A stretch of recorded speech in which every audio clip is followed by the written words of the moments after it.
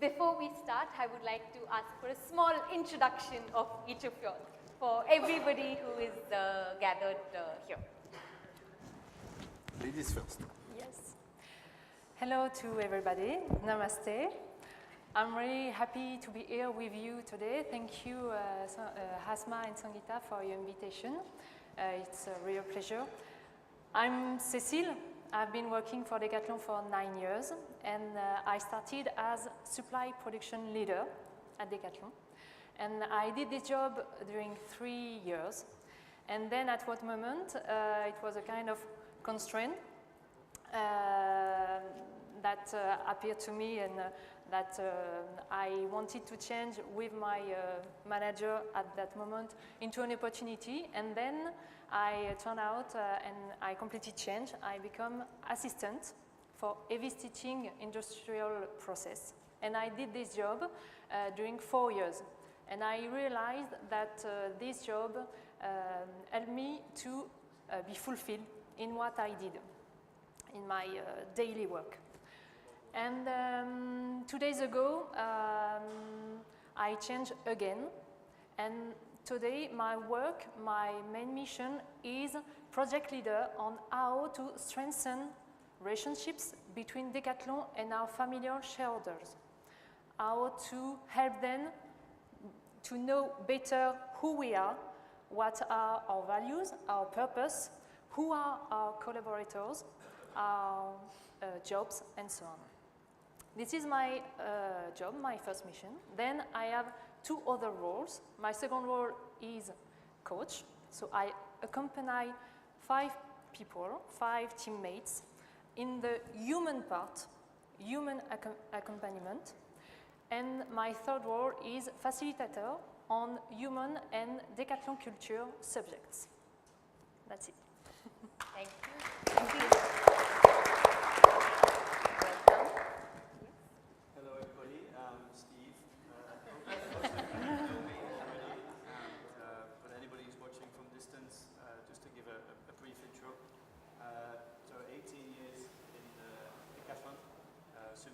Actually, in the next couple of years, and time is flying. Happy birthday. Yeah, thank you. Yeah, it's going quick. So yeah, to follow the kind of the template is really, I'm a leader of India today, and we're on an amazing journey as we go forward to try and accelerate and duplicate and to make sport accessible to the many in India. So that's my first role, one which I feel really grateful to have, and it's an amazing opportunity. I'm learning every day, and have been for the last 4 years in India. The second is as a coach, and something I've taken a lot of interest in since I became country leader many years back in UK, with the help of my teammate happiness advisor at the time, and McDonald. We sort of looked at how we can focus on the people and not just always the KPIs, even though the KPIs are important. And I think it's never something you really master, but I'm now coaching 10 people altogether, including Lionel from Vietnam and Etienne from Sri Lanka. And it's been a great journey also to try and give back, and also to advise and to be a mirror as we go forward. So that's it. Thank you. Thank you, Stephen. So I'm Michel. First of all, I would like to thank you, Sangeeta and Hamza, because thanks to you, I had the opportunity to eat my favorite Indian food, which is the dal makhani. So thanks a lot for that. I had also the chance this morning to meet a very nice team in the store of Kelgaon, led by Caroline, who is in the room. And I love it because this is a new store, it's a new team at the service of new users. So new people in India, thanks to what you are doing, have the possibility to get an access to our product.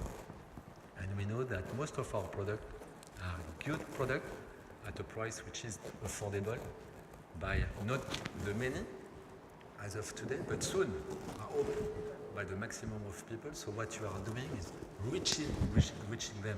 And you know, I said if I have only one KPI to look to see how the store is doing, at which KPI will I look?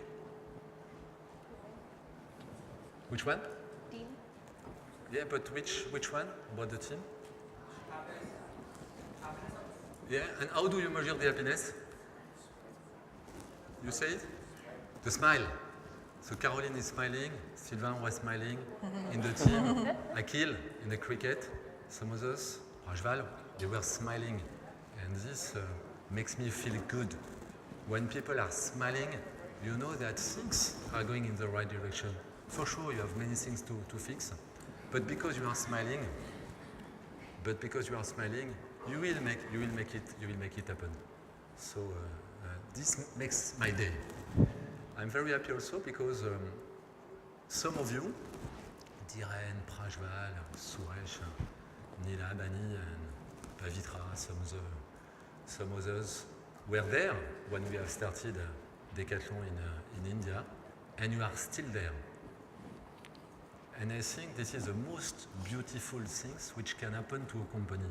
And I hope to you, because if you are still there, it's because it makes sense to you. And this is how Decathlon will make a difference on the long run. If we are able to keep people working in our company for a long time, we will win. But for that, we need to make sure that their responsibility is a fulfilling responsibility. If not, people, they leave. They don't leave because of an issue with the salary. That you can fix it easily. But people leave because it doesn't make sense for them. So if you can make sure that each and everybody are doing the things which is making sense for them, on the long run, short term is easy. To make it having a sense on the long run is something which is not so easy. So please, if you can follow their example, because I'm sure they have a lot to share with the others. And often, we don't do it, we don't share enough. So I hope what we will do this afternoon is about sharing. I spent almost 29 years in the company, so no need to elaborate about it. What is important is what we will do in the future. Thank you. Thank you.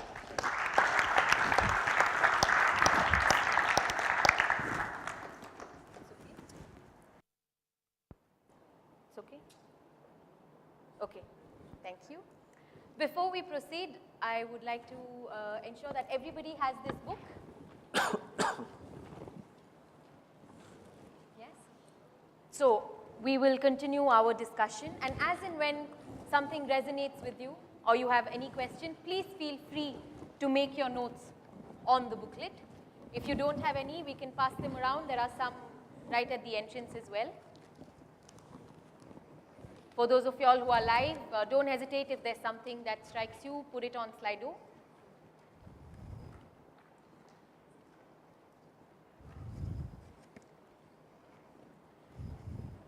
So for the next few minutes, Michel, Cecile and Steve, I will ask you a few questions. We will take some questions from here, perhaps some of them that will come in through Slido as well.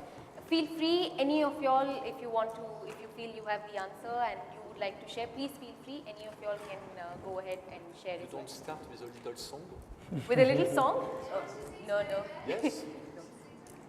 Now I'm on the spot, so definitely not. In a dance? No, maybe after. Okay. Yes. It's quite interesting what you all shared, because in each of your introductions, you all spoke of people, you all spoke of teams, you all spoke of smiles. And we've spoken a lot about self-development. We've spoken a lot about taking care of oneself. In this context, can any of you all please share with us what is coaching and why coaching? Ladies first. If not, my mom is killing me. So I have to. As you just said, for me, coaching is taking care of the person.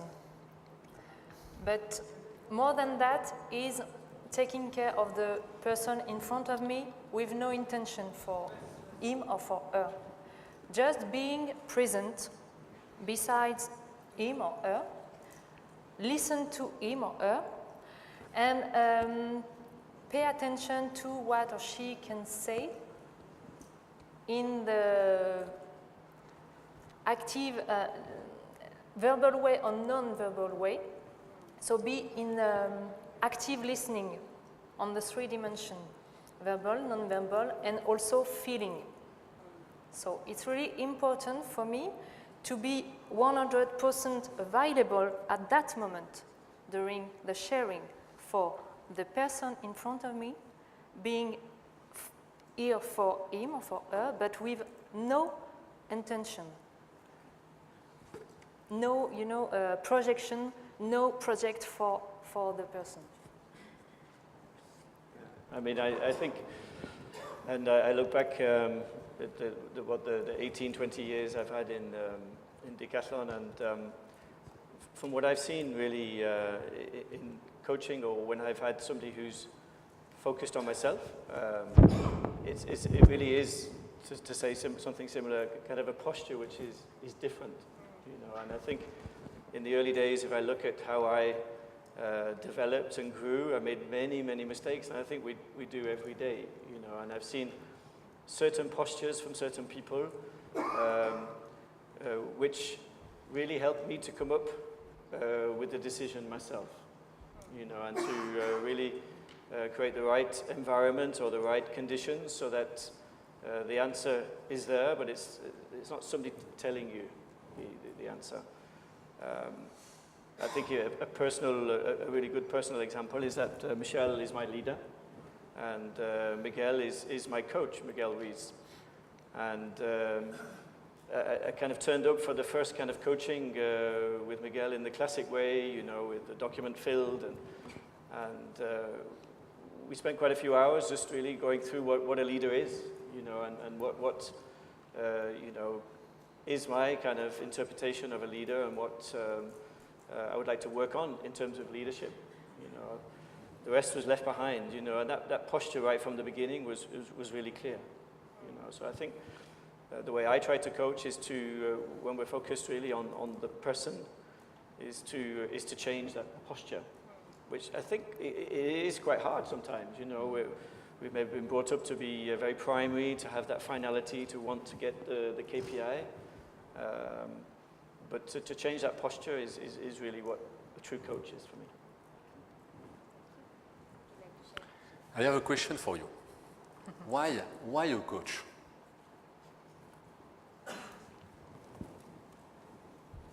Do we need a coach? So why a coach from your point of view? To get direction? Direction on what? We have a target, so let's say we have a mission or a target. To get to that, we need direction, we need help. Okay. Somebody helping you? Okay. Okay. Okay. A mirror?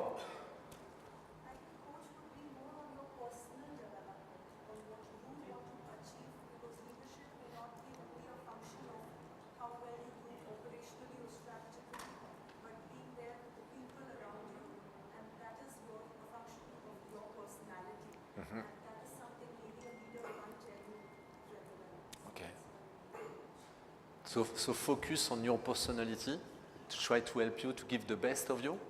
Can you say that? Yeah? Yes? If you would aim to be entrepreneur, somebody to allow you to be the best entrepreneur that you can be by not telling you what to do, make you come to those conclusions yourself. Okay. Good. What else? Somebody to listen to you and to drive yourself to find a solution. Drive yourself. Okay, so it's close to what you have been saying. Yes. Help you identify your weaknesses. Okay. And to help you improve on that. Okay. Is it important? Sorry? A third perspective? Say it again. Another perspective? Okay. Yes. To boost the energy of our teammates. And Okay. Make them happy, by the way.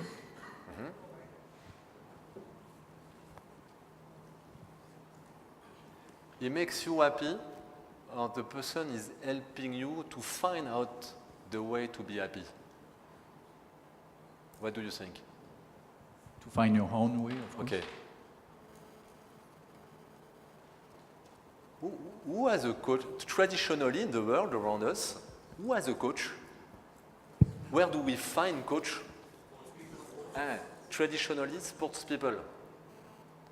And why sports people, they have started with coach?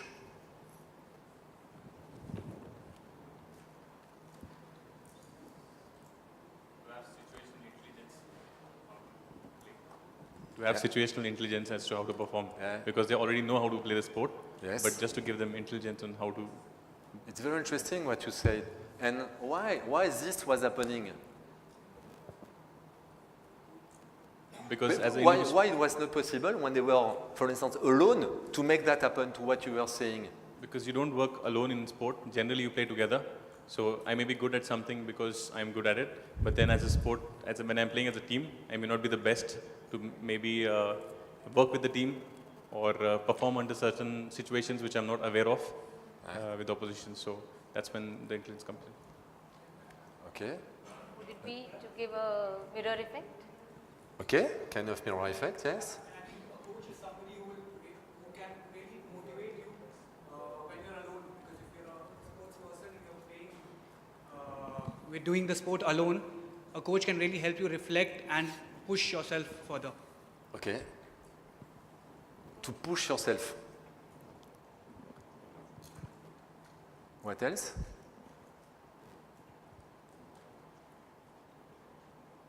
Why this was important in sport? Why they have started to do that in sport? The coach can share his experiences, good or bad. So as a teammate, you can learn from your coach's failures and as well as the success. So it's more about sharing the experience and learning from your coach's experience, what he has or she has gone through already. Yes. Yes. If your coach has been doing what you are doing or what you are in charge of, you can get the benefit of it. Is it compulsory? He's not on the pitch. He's not playing with you on the pitch. He's not on the pitch. And why it's important that he's not on the pitch? You have to do it yourself. It gives you Okay. your ideas of how to do it, but you are the person that executes what has to be done. Yes, you are in charge. So why it's interesting to have somebody out of the pitch? You say it, huh? You say something which is linked to that. Because somebody out of the pitch has a view on what you are doing which is different from the view you have. So why that discussion of point of view is something which is interesting? Why it's good?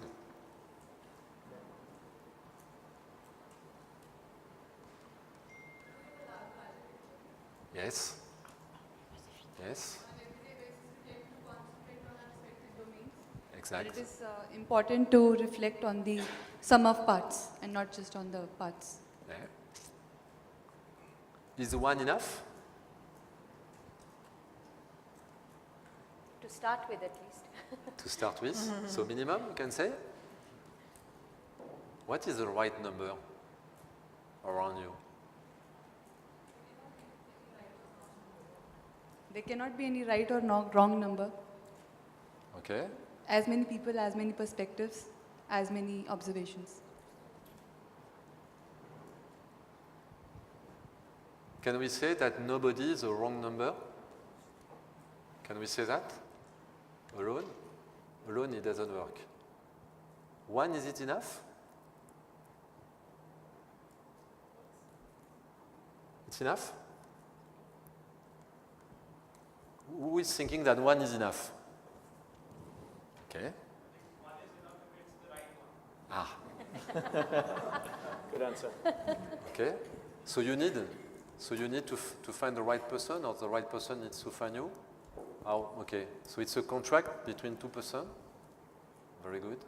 Who is in charge of making it happen? Not yet, but only one. So who is in charge? The coachee or the coach?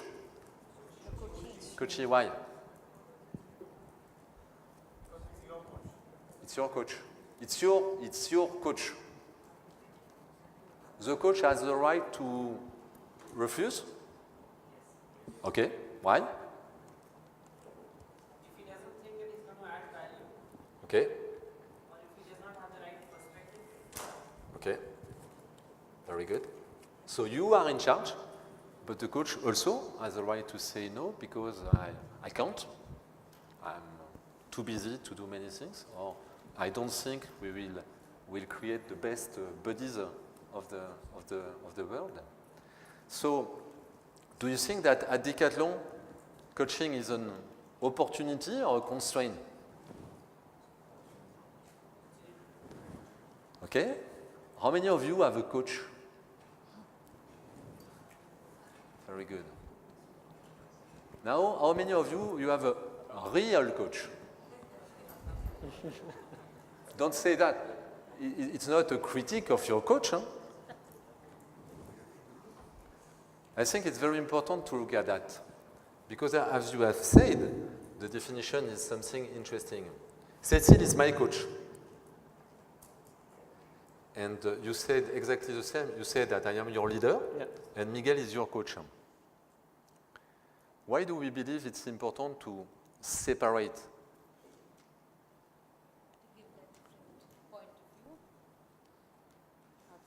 Yeah. Why I came to Cecile? Why I came to Cecile to share that I would like to have Cecile as a coach. I had a fantastic coach. I had Mathieu Leclerc, chairman of the company, as a leader coach, blah blah blah. So why I've decided not to follow that route? What is the big difference between Cecile and Mathieu? When it's the leader, they're focused on the result as well. And Okay. when it's a coach who's not your leader, you will be able to share more and get more as well, or from a different perspective. Yes. Okay. Your leader is on the same pitch as you. He's your decision within your perimeter, he's involved in that. Okay. Quite directly. Yes. Whereas your coach is a third person looking from another point of view. Exact. The stakes are different. And what was the difference? Maybe we can ask the question to my coach. So from your point of view, why were you a better coach than Mathieu in my case? As I said, I have no intention on you about your job. And so I have a different point of view about what you share with me. Yeah. And I can see on another side, another view, what are your problems or what you struggle with, and have a different light to help you to find yourself, your solutions. Because it was also one of my definitions that I shared with you at that moment. It's how to, when I coach people, my objective is to see the person in his best potential, even if at that moment she or he is in difficulty and not in energy, not happy and so on, but to look at him or her in his best potential, because I know and I'm sure that he will have the solution and he will find the solution by himself, inside of him. And that's what motivates me to be a coach. So I've asked Cecile to be my coach because she was passionate about that, passionate about what she's explaining. And my idea, and Mathieu is passionate about the culture of the company. He's passionate about the strategy we would like to implement in the company. So he's very good at that. And my advice to you is put around you not only one person, you should put around you different type of personality, because those different personalities combined together will help you to give the best out of you. In my case, I have the chance to have Cecile as a coach, Mathieu as a board leader, but I have some peers also. Peers are people outside the company, and we meet peers. Peers is okay for you? Peers? Peers. Peers, sorry. Peers. Some peers. Peers for me means equality. You know, we are doing the same kind of responsibility, and we share. So every time we meet one day, every 3 months, and each of us, we came with one case. Something we explain to the others, and we question about an expectation we can have, because maybe they have faced that situation before, or they have an opinion on it which could be useful. I've never missed one meeting with my pair. And I think I've missed maybe one meeting with you, I'm not sure. No, we postponed never. it, but we postponed it. Yeah. So I've never missed also. So my feeling is that if you have a good environment, me, I'm selective also about the country leaders, because the country leaders are part of my environment also. So when I design my environment, I try to put everybody around, because we are stronger together. If everybody is the right person in his responsibility, and the deal between each of us is clear, it will make you stronger. Like Roger Federer. Look at the ecosystem around a guy like that. He has been selective about all the people around him, because he wants to be the best in the world. So if you want to be the best in the world, never stay alone. Alone is the worst thing. And take an opportunity when you have people around you to meet them, discuss with them. We do that because we love you. Many companies are not organized like that. They don't organize their company like that, because maybe they don't value their people enough. But us, we love you, because we believe that you are the future of our company, if what you are doing makes sense for you. So you need to be trained as champion, because Decathlon want to be amongst the greatest of the world.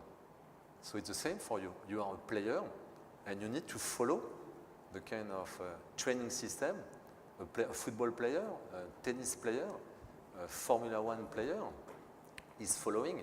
And look at what they do, how they sleep, what kind of food they eat, what kind of personal development they follow.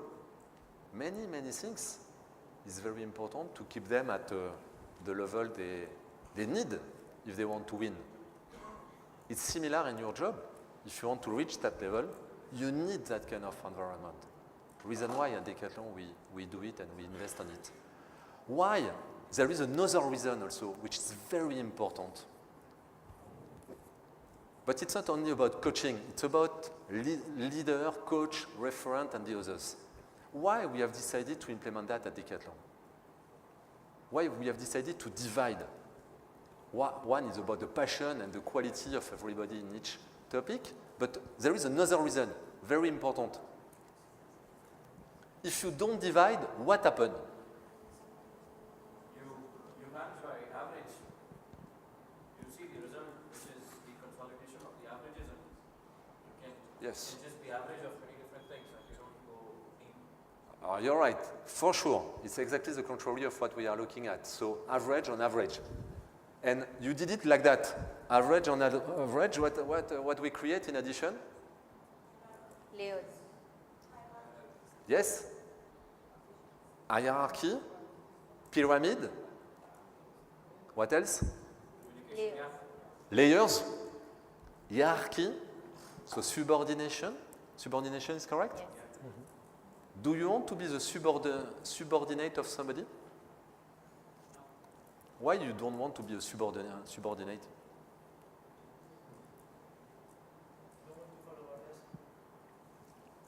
don't want to follow orders. Okay, you don't want to follow orders? Yes. It's clear. Me also, like you, I don't want to follow orders. I enjoy to understand the why, but I don't want to follow orders. You're totally right. And why at Decathlon we don't want subordinates? We have two values of Decathlon. One of them is very important. The two are important, but one of them is important in that meaning. What is the value? Responsible. So why responsible and subordinate doesn't fit together? Because if I'm a subordinate, I become like a leader. There's nothing of myself I'm adding. Exact. If you are the subordinate of a responsible, it means that you are not responsible. So if you are responsible, you are not a subordinate. You are in charge. And you should fight to be in charge. So if you are in charge, why do you need somebody to tell you what you should do? No, you don't need that at all. You are in charge. Does it make sense? So if you are in charge, imagine how much layers you can remove, how you can get rid of the subordination, how you can get rid of the pyramidal organization. We don't need that. Much better to use people to open new cities, new countries, to develop new sports, to open new partner in production and build a new logistic of the future. Same quantity of people.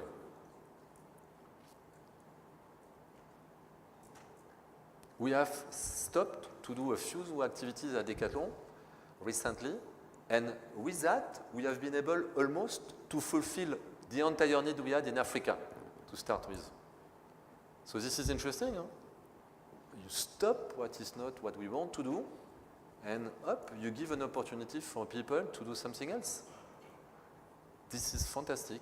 And now we have almost presence in 11 countries in Africa out of the 13 we wanted to have people. 2 years after that. And we are opening in different places.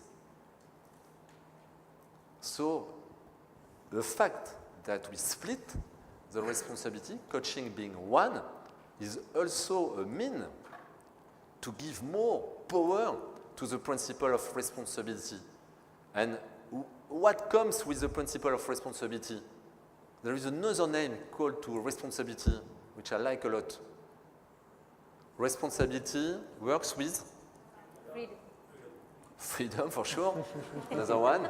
Subsidiarity. Accountability, but it's the same, almost. Subsidiarity. Subsidiarity. Subsidiarity, remember, huh? It's two. One in charge and a backup. That's it. So imagine Decathlon one day could become sport, people in charge of the sport, meaning in charge of the users you serve, and then a city backup. And that's it. You don't need more. No region, no zone, no country, no zone above the country, no company. 5, at least. You can remove 5 existing layers if you are really applying the principle of subsidiarity. And this is what we are trying to do. But it starts because we divide. We make it more relevant. So it's more efficient, and it will help us to be more subsidiaire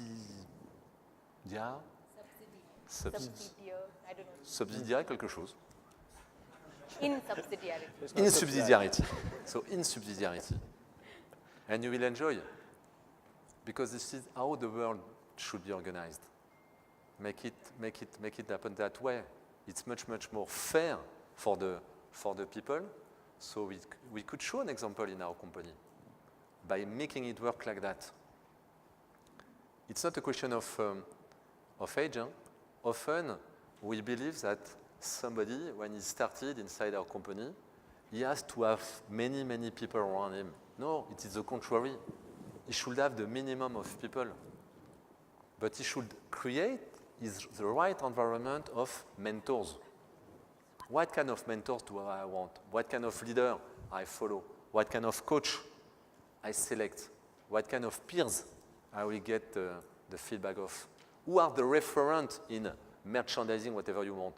I build my system when I am 21 years old. Because if I do that when I am 21 years old, I will be an expert of it when I will be 40.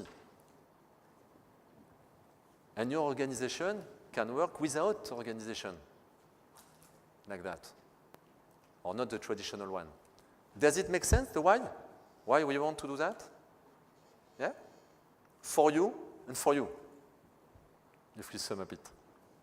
Thank you. Sorry, I'm a bit long. It's okay. In fact, I was just looking at the questions behind you, Michel, and I felt that quite a few of them I think you already answered in just what you shared together. But there's one question that I want to ask all three of you all, since all three of you all have already experienced coaching by yourselves. What are the benefits that it has brought to each of you all individually? You said you have been a coach, you have been a coachee as well. So what has coaching brought to you? Ladies first. Steve? Yes. Okay. For me, one of the principal and important thing also as a coach is first being coached. It's a fundamental for me. Because if I didn't have the chance before to experiment the coaching as a coachee, I think maybe I would not feel sometimes the right way to do coaching. I would not understand exactly what is the posture of a coach. I could maybe have some intention for the others and so on. So one of my fundamentals in the coaching is first being coachee before becoming a coach. And that has helped you? Yes. Okay. Yes.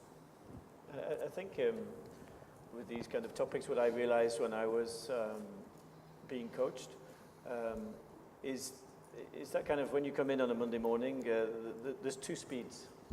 And, you know, the kind of primary reaction inside of many of us is to kind of do something which is maybe a shortcut for yourself, which is your own KPI and which is really seems like the quickest shortcut to the finality, to the target.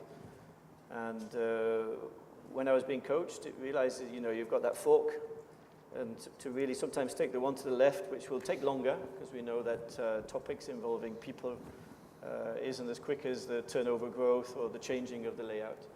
It's a much slower process.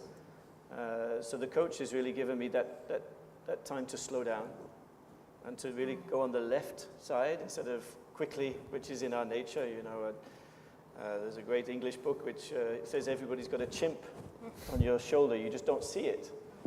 And you've got to feed this chimp sometimes just to stop that kind of primary action coming out, you know. So you've got to calm him down. And it's not like I'm talking to my chimp every day, but, you know, it's sometimes really to say, okay, you've got that fork sometimes, even with some people in your team, you know, you really want to go towards the target and you see it's the quick way. But for that person to find their own way is take that left, you know, and I think it's just a different speed, you know, so if you're patient and you work on it, it can really bring the better long-term results rather than the short-term win just for yourself. And that has helped you when you... For sure, yeah, for sure. Okay, great. And for you, Michel? In my relationship with Cecile, I appreciate the fact that she's asking me the right question. Because often you jump to the conclusion without spending enough time to go in the diagnostic. So the fact that Cecile is helping me to ask first the right question is helping me a lot. Another thing also, which is important to me, I feel well. Because as some of you were saying before, she's focusing on my personal development. So the way what she's advising me to read some advice about meditation, things like that are very unusual in the traditional stories we had at Decathlon when we were speaking about accompanying people. And this is very nice because it's very complementary to the rest of what I am doing in my current responsibility. So this is very helpful. The reason why I don't want to miss that exchange. And I think this, you know, when we were supposed to do what we were calling an IDM, decision meeting, some people were not doing it because they were thinking that it was about control or some people telling you some orders. So people were, when they were able to not to go, they were saying, "Oh, I don't do it." But it's the contrary. It should be a gift because it's for ourselves. And my feeling is that today, with that kind of organization, the quality of each relationship is much better than before. So I'm much, much more inclined to do everything and to give time to everything because of the quality of it. Thank you. We have some questions from the audience as well. If anybody, we have a few questions on Slido as well. So if we have anyone from the audience, because we are almost, I think we will explode the time otherwise. Yes, Vishaka?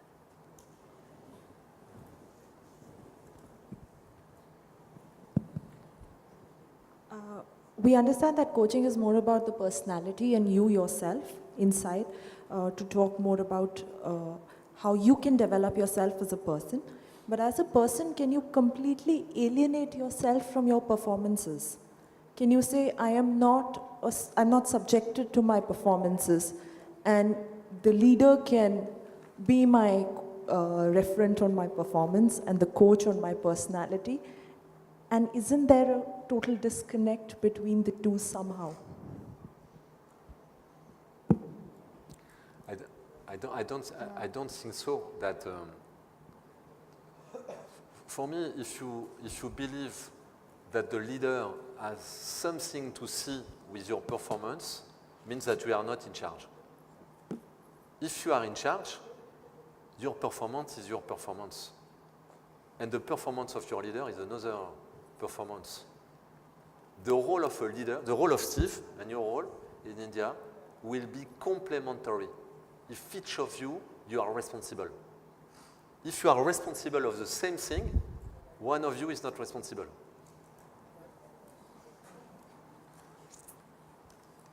So think at it. Your KPI, you should address your own KPI. You are speaking about objective. When you work with your coach, you can have your objective of coaching. But when you are working on your performance, you have also your own objective. But they should be yours. May I reframe the question? Yes. My leader will give me a feedback on my performance. Okay. And my coach will give me a feedback on my personality, Exactly. my inherent values, what I am. Right. And today we are distinguishing these two. Yes. The feedback on my performance is very different from the feedback I will receive on me, myself. Sure. So do we lose that connection? You have two feedback, but my feeling is you have not only two feedback, you should have many more feedback than two. And then you are the one in charge of making the synthesis of that. It's for you. And I'd like to add, we're not there yet. You know, it's a journey we've got to take. I like the example of a tennis player, Roger Federer. You know, on the pitch, on the court, he's playing the game. You know, and he decides his coach. It might be 1 year Stefan Edberg, or 2 years later it might be Ivan Lendl. He'll decide, you know, he has a problem with his, you know, his serve, so he might get a technical expert to come in. Some problems with his nutrition. He might get a nutritionist to come in. So he's surrounding himself with what he feels, Roger Federer, he needs to win the game, you know, to win the tournament. Obviously in India we have that journey still to go, you know, we're moving in this transition but it is definitely a direction we want to go, so that you feel, oh yeah, I'm the Roger Federer, or whoever it is. Thank you. And if I can share my personal experience, when we moved into this managerial transformation, my former manager told me, okay, I would like to experiment this managerial transformation with you. And so now, yesterday I was your manager, now I'm your leader. But I will not be your coach. So find yourself your coach.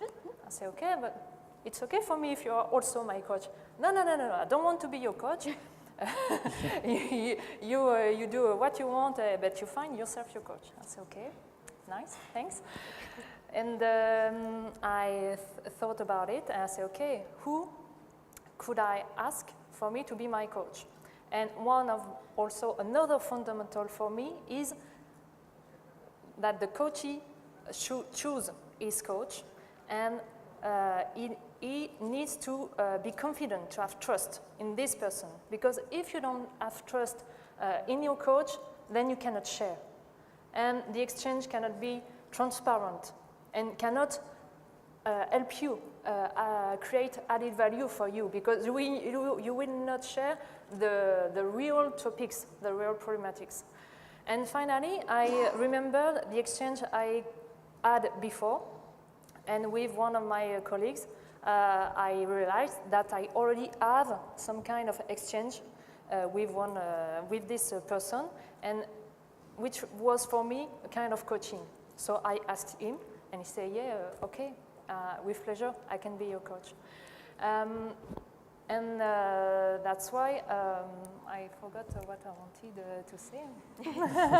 But this is really important, to choose your coach with a person in which you have confidence, you have trust.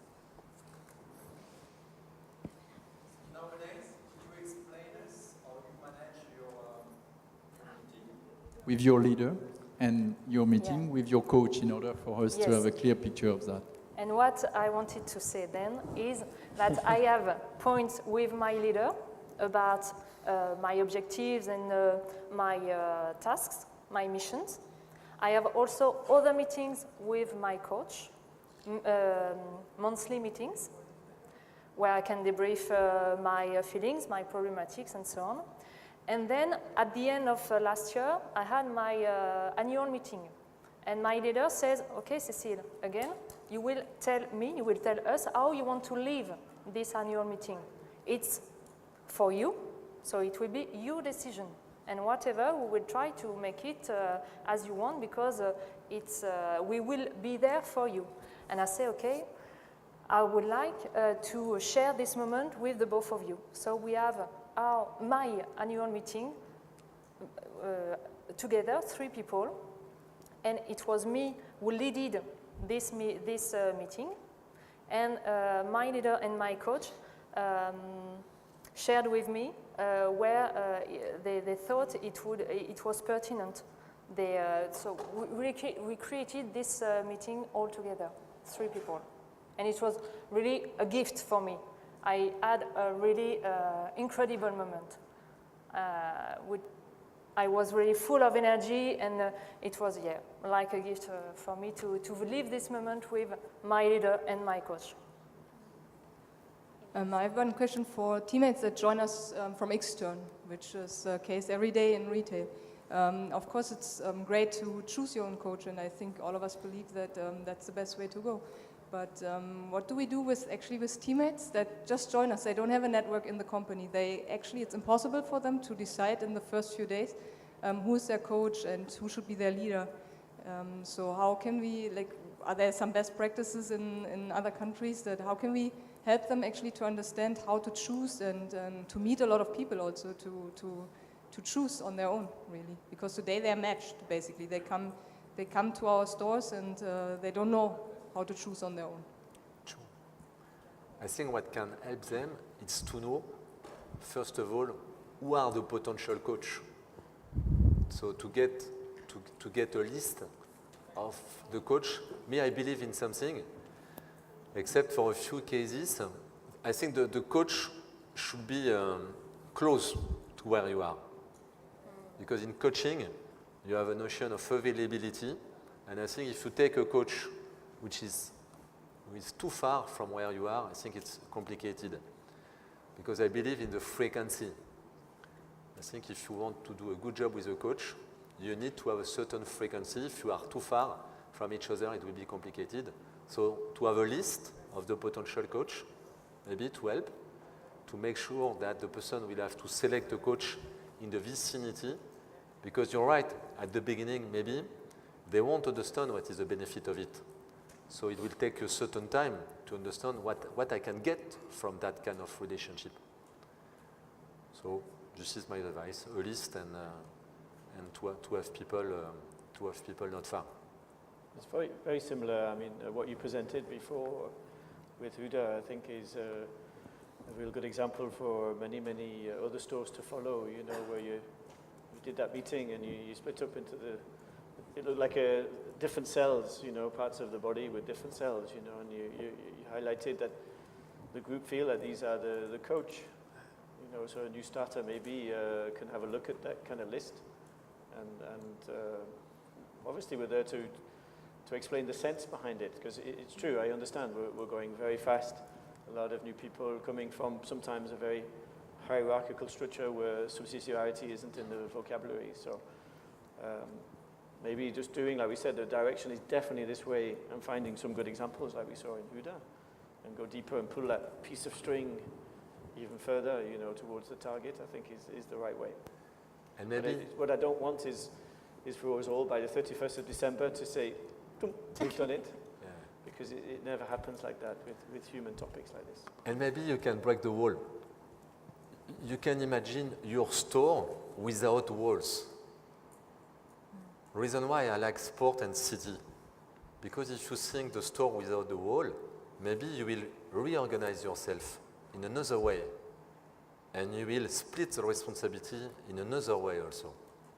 Today we are store-centric, so we put everything in one store, or we try to put everything in one store. But why? If we think that we could become user-centric rather than store-centric, maybe you can play the game differently at a city level, for instance. So you can dispatch the responsibility about the sports and the coaching and the leadership in a different ways also. So the city, I think, could create some opportunities from my point of view. You know, when you all shared in the beginning, especially you, Cecile, you mentioned something about not having intentions. So when you all are talking this, it's constantly coming to my mind. And Sabrina just spoke of young teammates also coming in. So how is it possible, or is it really easy, if you are a coach of someone, to not have intentions for the other person? Is it natural? Is it something that... If you consider that the person is a subordinate, you will have intention for the person. If you consider that the person is a responsible person, for sure when you start, it's different than when you have been doing the same thing for 20 years.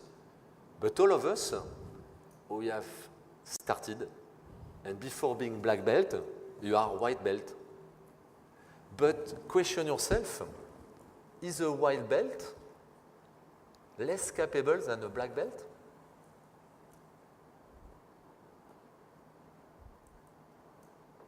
When you think at it.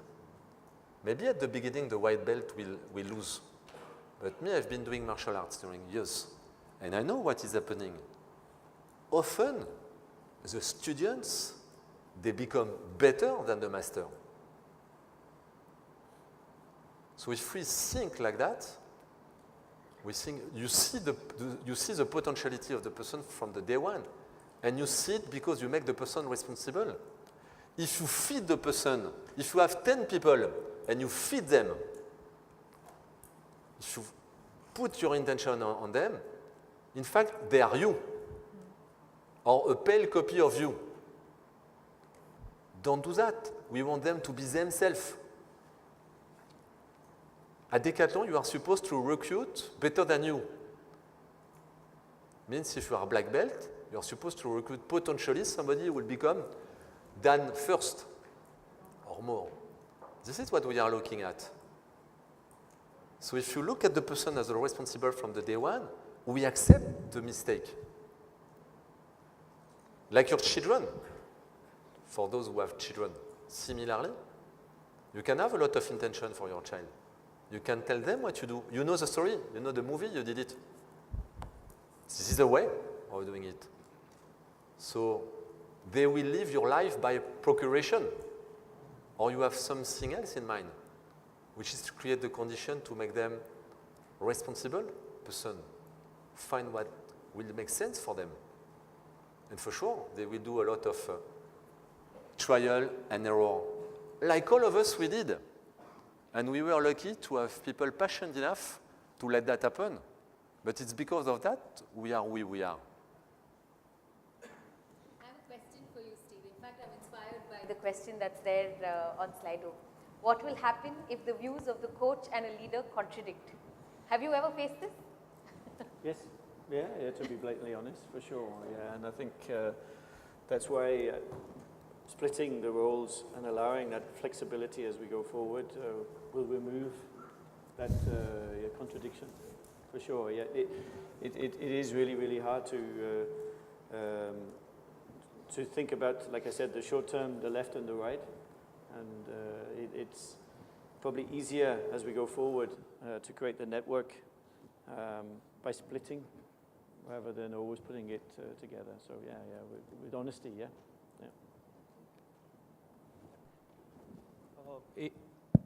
It's about when you say choosing a coach. So in that process, some are chosen ones and some are not chosen ones. So how do we create a balance in that? Like some are chosen and some are not chosen, but to create a balance in a team, that nobody feels demotivated or like there's a harmonious balance. How can we create that balance inside a team?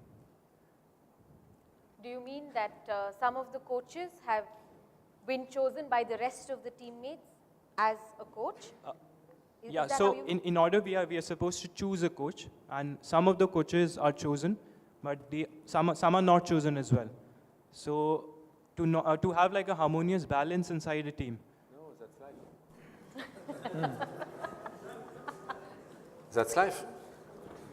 Don't try to balance it. It's a reality, and we need to deal with the reality. So if not, you will try to balance it in a certain way. Let the nature do it. It's much better, and people will learn. Not everybody has to be a coach. If you don't like it, if you are not good at it, why will you do that? For the sake of what? No. Me, I'm not a good coach. I coach two persons because they are, kind enough to accept me as a coach, to try to put in place what I'm learning from my coach. But I've only taken 2 because I don't want to do more damage. It's like that. We've all been damaged. No, but it's like that. I think your nature will make you go in one direction, and if you try to think that you can be good at everything, somebody will tell you that at the end you will be good at nothing. So follow what you feel you are in sync with, which makes sense. And there is no judgment in that. Cecile, she loves that. So because she loves it, she put a lot of attention in it. So she push it to the limits. If you do that on the side, you will be, as Ravi was saying, an average coach. What is the point to have an average coach? Well, try to have the great, always. We fight for the great in everything we do. We should fight for the great. Good is not enough. In everything we do, we should fight for the great. One of the questions was, how did I manage to be a coach, and how did I discover coaching? And it was also one of your questions. What did I brought to me? I discovered coaching when I followed the training fundamental basics of coaching. And then I felt that it could be a role for me because I was interested in it and I felt well during this training. And when I did the second training, which is Become a Coach Level 1, at what moment, at the end of the first day, because it's 2 days, this training, I said, wow, at last, one thing I can do with no effort, being myself, in which I take pleasure. Honestly, I think I never experienced this before. Why did I take some time to introduce myself and doing peer supply, blah, blah, blah, blah?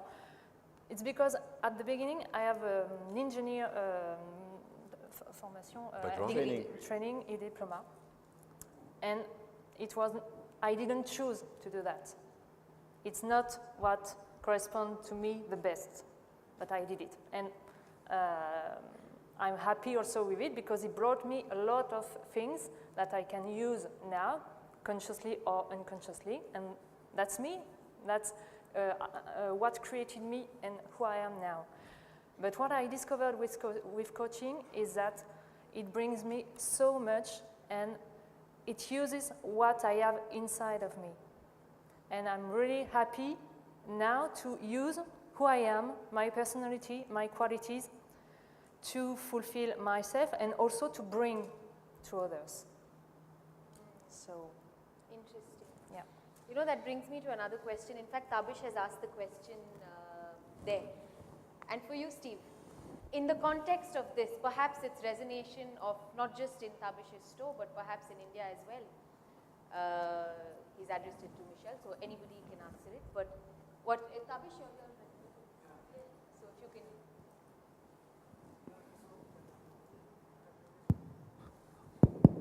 can. So the question is, if after the change in organization, we still feel people are not able to come off the managing mode exactly.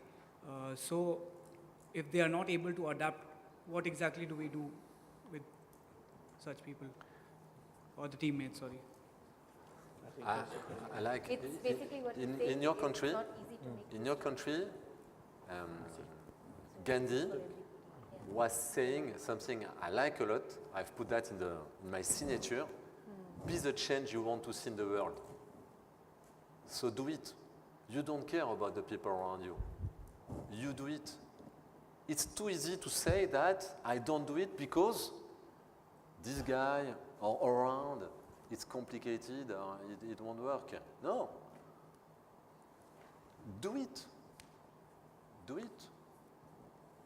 Change your team, change your job, change whatever you want, but do it. If you accept the situation you are and you are complaining about the situation, it's your responsibility. Because at Decathlon, we are responsible. Nobody else. How you can be responsible in the world I love if when it's tough, you are not able to be responsible? So it's a gift. It's a gift. Rudyard, you know Kipling? You know Kipling? Kipling, he was writing about that. You recognize somebody in the adversity, not when it's easy, when it's tough. So when it's tough, it's an opportunity. How do you feel about this? Yeah, I think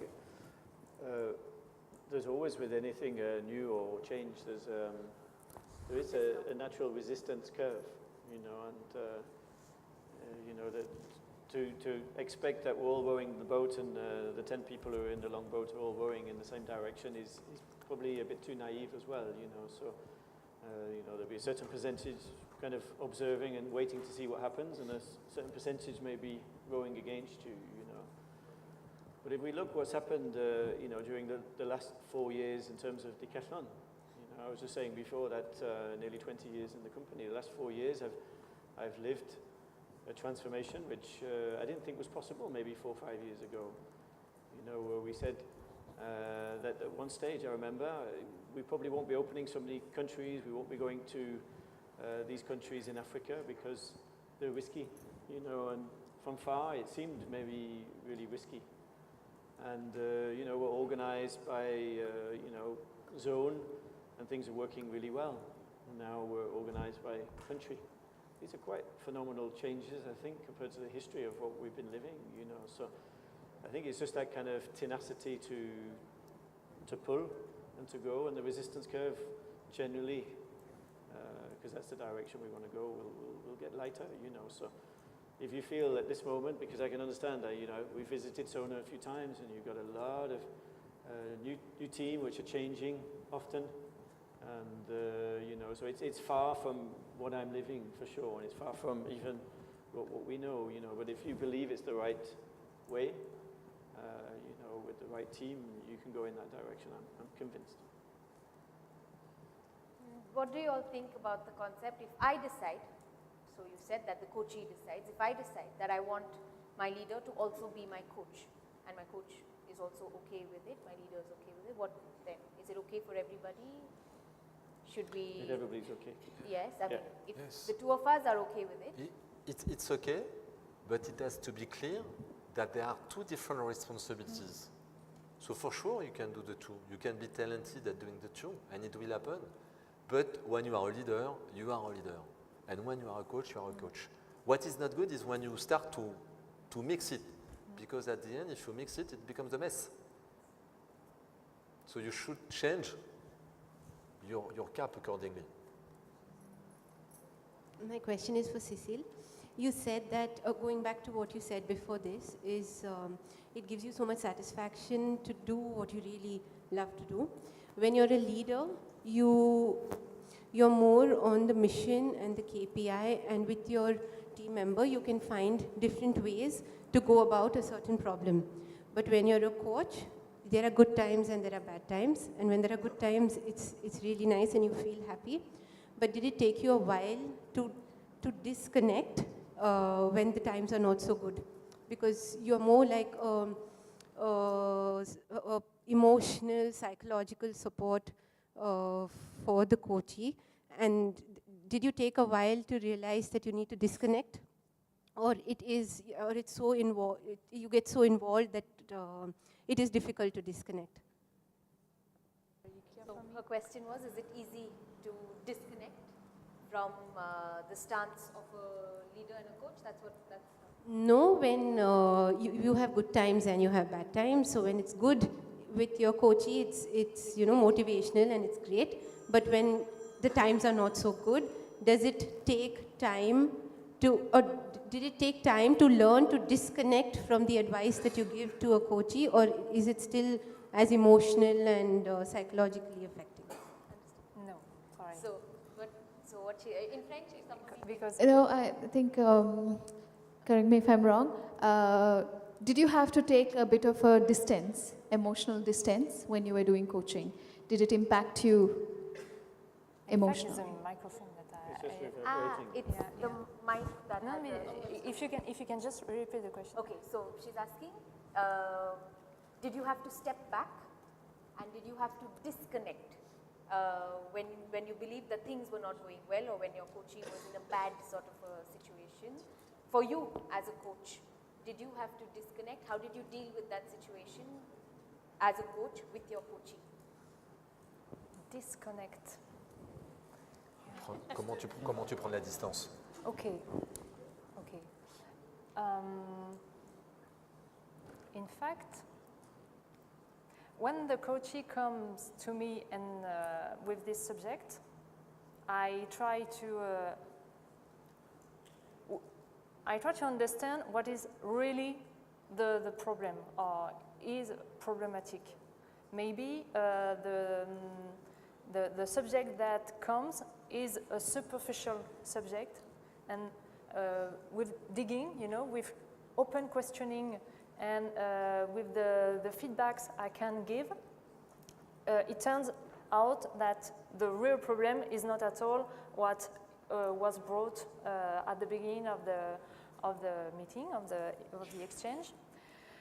And as a coach, is one of the posture that we need to have is to take distance, to be connected to the other, and being connected to the other needs me to be connected with myself, with my feelings, being available 100% with me to be available 100% to the other, but always having this distance, because if you are in the emotion of the other, if too involved in to the other, you will not have this step forward, or you will not have this different light, a different point of view that will help the other to understand what's the real problem and how to move on. So at the same moment, I am connected with the other, the person, but I always have this step, this connection, finally. I hope it answers your question. Okay. Aishwarya, you had a question? Yeah, because we have feedback system from our leader and also from our other peers who are working, is it possible that we can have a coach outside of Decathlon also?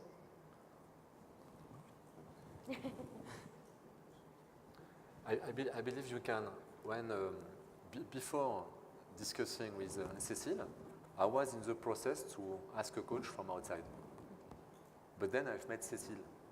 And again, it makes me think that something.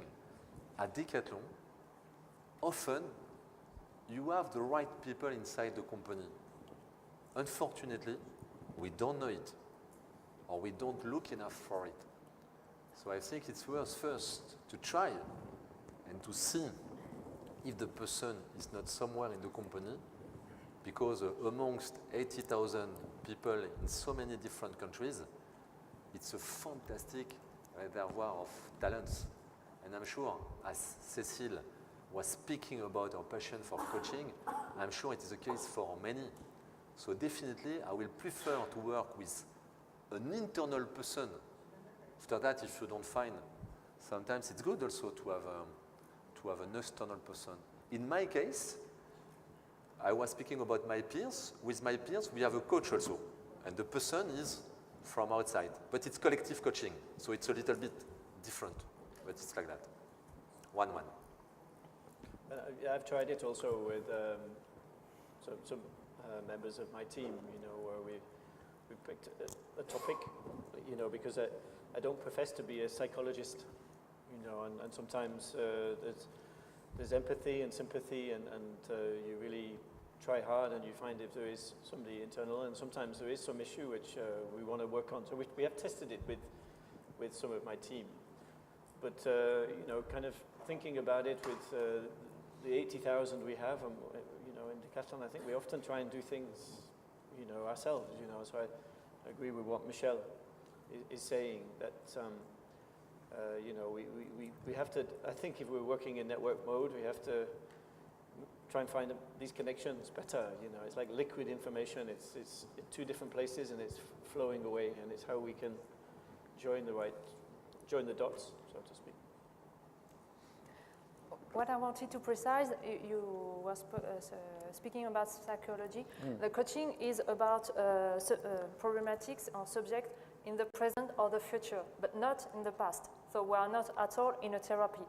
And it's also important, it's also important to understand that coaching is not therapy, because it's completely another domain, another job, and we are on, specialist, and we are in the present and the future.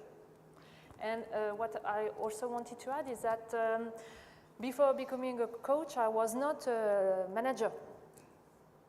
And that's what the managerial transformation brought me as a great opportunity. Not being before a manager, I can today be a coach. And that's just great. And that's a gift for me. And in this way, I can be a real active actor on this managerial transformation for Decathlon, because I wanted to bring to Decathlon in this change, and I can do it with being a coach. Interesting. So I just have a question which is much more related to what you were talking about. So I am a leader for about 3.5 years now, and most of the leaders tend to give solutions to the team member when they have a problem. being a coach, I should not be influencing the solution, but I have to make them find a solution.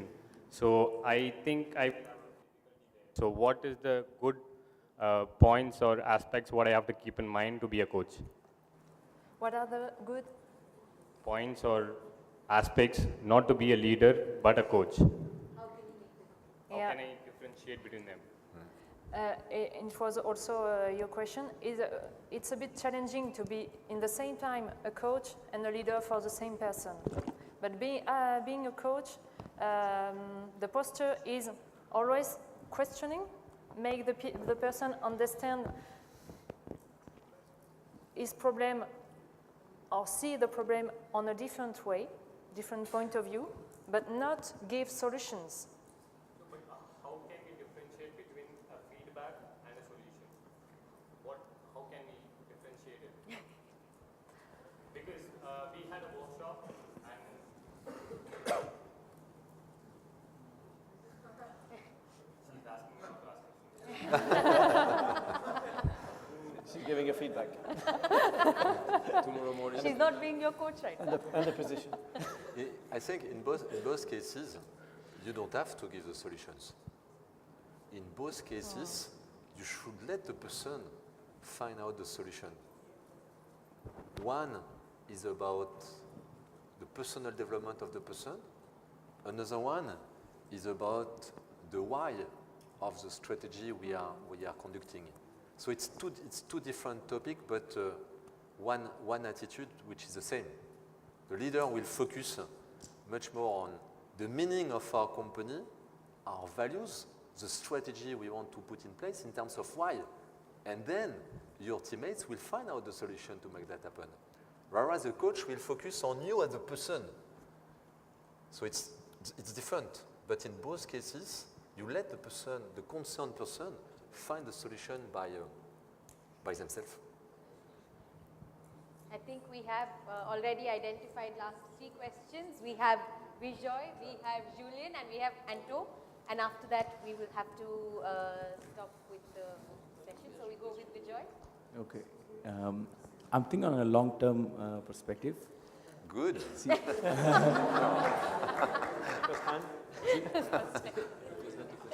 I am a resource to the company, okay, and I'm a resource, okay, and I choose the best coach, okay, who inspired me to do great things. Do I need a leader?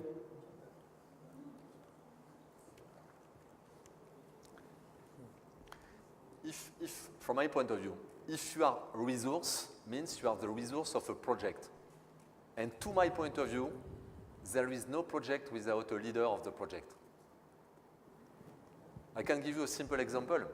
When we have decided to multiply the number of countries we were in Europe, they have decided to do it at the same time, because at that time, we were organized by zone.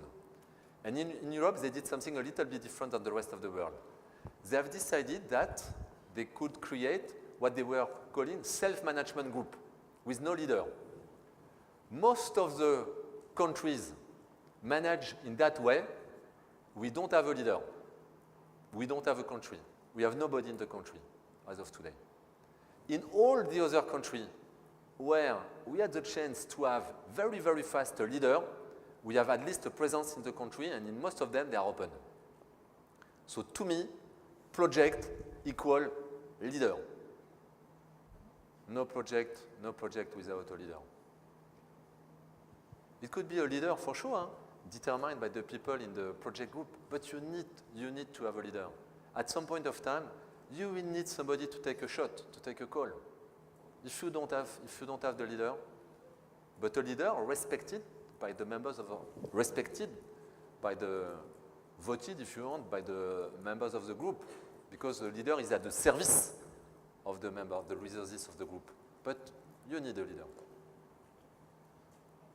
So, Michel, to continue on the same direction. Yeah. It was not planned, but thank you, Vijoy, to launch the subject. But as a leader, yes. How sometimes it could be difficult. How do you manage to not try to help the personal development of the teammates in front of you, that you are leading but not coaching. He's coached by someone else, and I believe at some point of time, on some specific subject, which is personal subject, you could help him to develop. It's not your responsibility. It's his responsibility. Oh, it's late. Through the coaching. So split it. If not, it's not clear. The responsibility amongst people should be very, very clear. So you make it clear. Leader is leader of a project. You are a resource of the project. You have some difficulty in the project. Fair enough. The leader can play a role. We are not speaking about your personal development. If it's your personal development, you see that with your coach. So that it's clear. So if it's clear, if the responsibilities are clear, the outcome will be great. If everything is mixed, the outcome will be messy.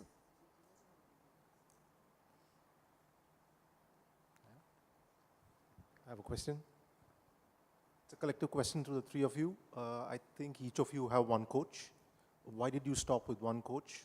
On what basis did you decide one coach is enough for the moment? How often will you change your coach? Is it a time-bound thing, or is it based on how much you learn? And are you planning to add any new coaches in the coming days? So yeah, Michel said he's no longer my coach, and that was it.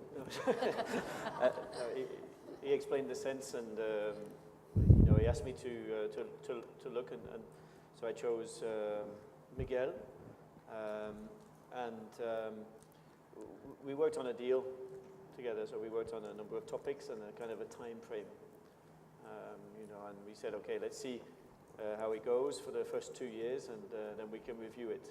I don't think it can be too short. Even 2 years maybe is considered by some to be short, but we thought that seemed kind of like a good time frame, because the danger is, you never have that consistency, and you never really have that proximity, and you get to know each other, so it had to be really along those lines. And yeah, for the time being, I think on both sides we're really enjoying it. So I'm not looking to change. I feel when we're talking about topics like leadership, he's really helped me to go deeper. And I think it was even Michel Leclerc was saying, after all the years of management and human relations he's had, he still feels on the starting line of human. And so with Miguel, we're going along this journey, and I'm not really looking to change too fast. I don't think it's really the right thing, because, like I said at the beginning, it's a different speed to the KPIs, and that's always been the classic problem we've had in the past, is that we try to do the human and the economic at the same speed, and that's probably why we've come as a group to the conclusion that, okay, if we split, we can work on different speeds. For me, as I said earlier, I chose my coach who was a former colleague with who I already had some exchanges. That was for me coaching, finally, because it was on the personal development, personal subjects, linked with professional topics. And it's been now 1.5 years that I see this person, the same person, and as you said, it's important to have exchange relationship on the long sorry? Long run? Yeah, long run, because he knows me, and we can have kind of follow, and it's really important for him to understand also my path, my evolution. And it gives also some energy, you say, wow, you can see all the transformation, the evolution, the path you've already done on this and these subjects. We worked on the subject that we defined during my annual meeting, so my progression axis. And sometimes, finally, I have also other feedbacks from other persons. But it's called like a flash coaching. because of the context, because of the opportunities, and I also take it because for me, the more I can have point of view and mirrors, feedbacks from different persons, the better it is for me, because it completes my, you know, like a kaleidoscope. Yes. It gives me more feedback about who I am and how I can progress finally. And for you?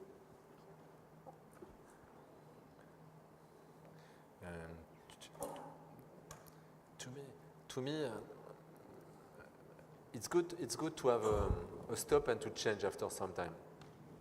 So it can deepen with the people, but I believe that it's good for each and everybody not to have the same relationship for years.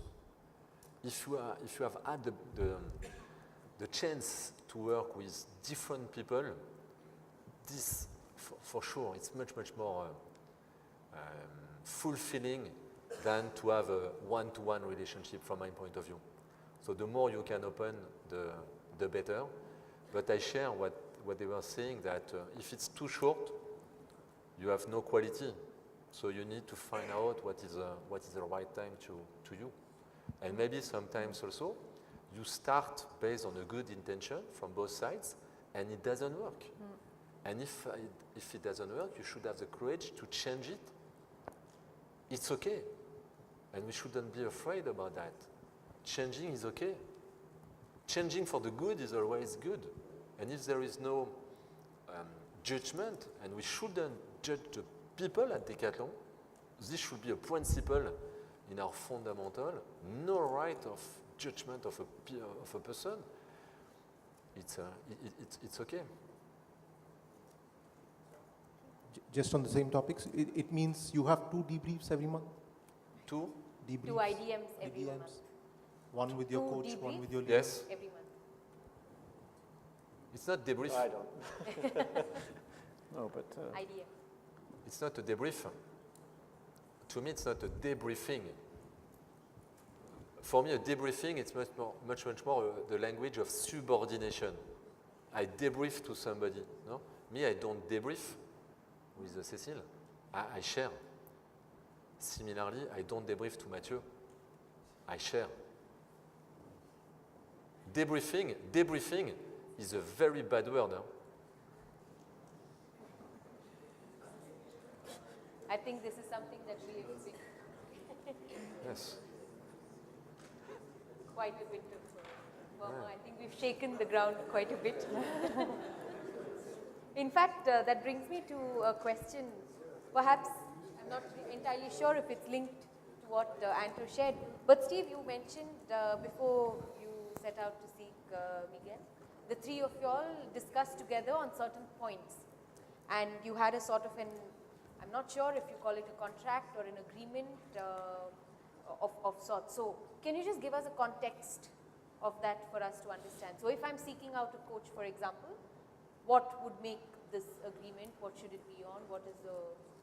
Well, I think we said that it's a kind of tripartite agreement, you know, and I think it probably helped with the fact that I was working so closely with Michel already. So I think there's a trust, and he was already working with Miguel. You know, so it probably came to a kind of a natural conclusion that it fitted really well, you know, and we kind of made that decision relatively quickly, you know. So and then after that, it was for me to really, because again, it's intrinsically from inside yourself, or to decide then with Miguel which points, and we still have you know, the leaders meeting and points of exchange, you know, on the leadership side with Michel. So we relatively, with common sense, came to the good conclusion. Okay. And as the closing comments, because we'll have to close the session now. So as the last comments, if I have to ask each of you all to give us as advice, as coaching. I'm not sure that is the right word to use in this context, but if each of y'all individually could pick 3 qualities that we should seek out while finding a coach, what would those 3 qualities be for each of you? While finding a coach, if I had to choose. Passionate first of coaching. Trust in the person. I'd say a good listener.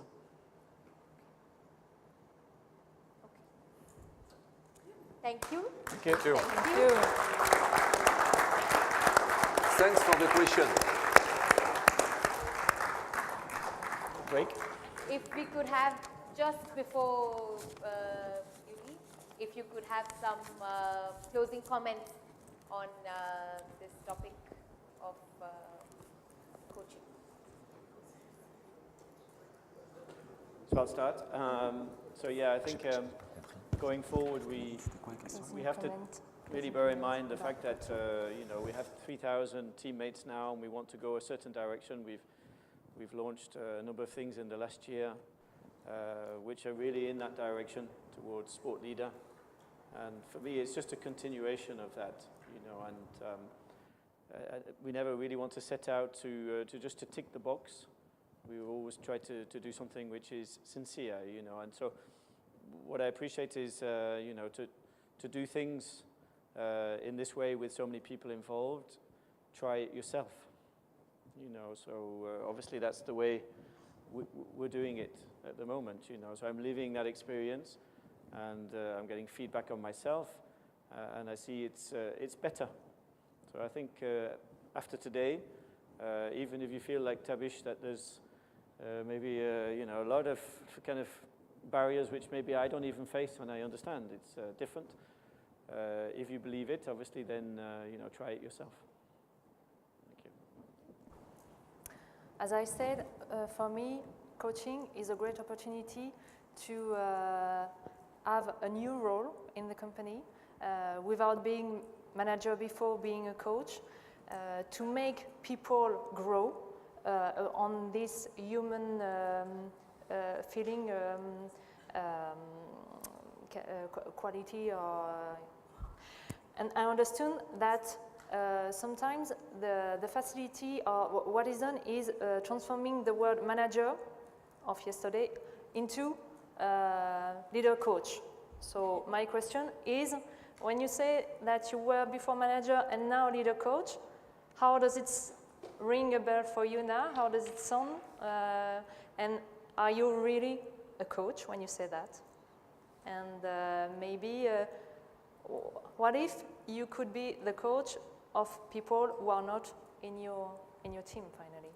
And what could you bring to you, this, and what could it bring to the other person? Thank you. My question. My aim at Decathlon is to have the greatest number of people fulfilled. Because I know that if we are able to make that happen, Decathlon will work well for a long, long period of time. So coaching is one of the solutions to make that happen. I'm sure, like Cecile, some of you will become great coach because you are passionate about it. Some others, you will be coachy of great coach, so you will give the best of what you are already, maybe a little bit faster. It will help you. So this, for me, are 2 opportunities we shouldn't miss. So vote for coaching. Thank you. Yeah. Thank you. Not easy to do. Thank you so much. Before we move on, we've spent 1 hour, 30 minutes together listening to each other's questions, listening to what they had to share, listening to some of what y'all had to share as well. I ask you to open this page, the one next to the summary, and just take 5 minutes to answer